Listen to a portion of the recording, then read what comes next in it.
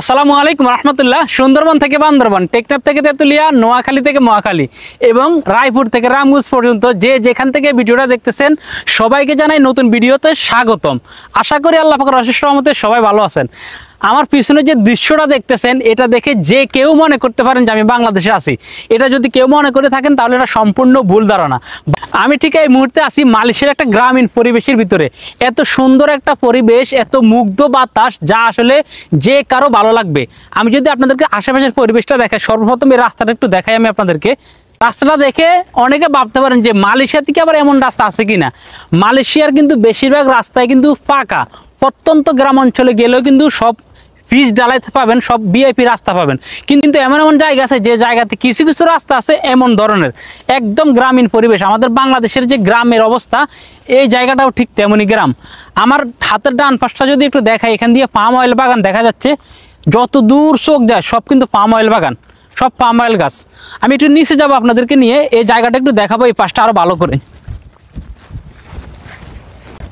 আমি যদি আপনাদেরকে এই দিকটা যদি একটু দেখাই, সর্বপ্রথম এইদিকে একটা ব্রিজ আছে, খুব সুন্দর একটা ব্রিজ।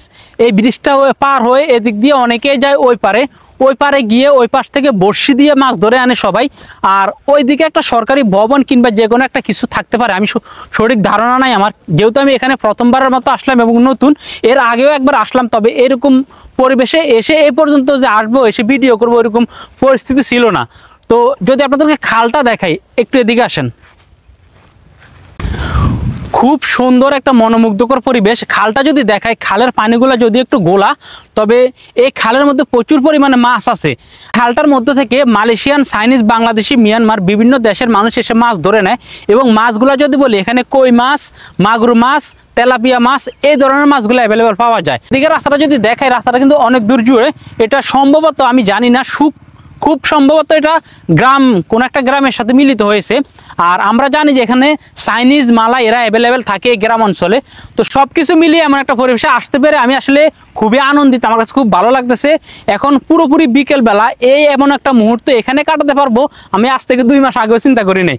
আমি হঠাৎ করে প্ল্যান করলাম, প্ল্যান করে এখানে চলে আসলাম। এমন একটা পরিবেশে আসতে পেরে আমার কাছে আসলে অনেক ভালো লাগতেছে, অনেক ভালো লাগতেছে।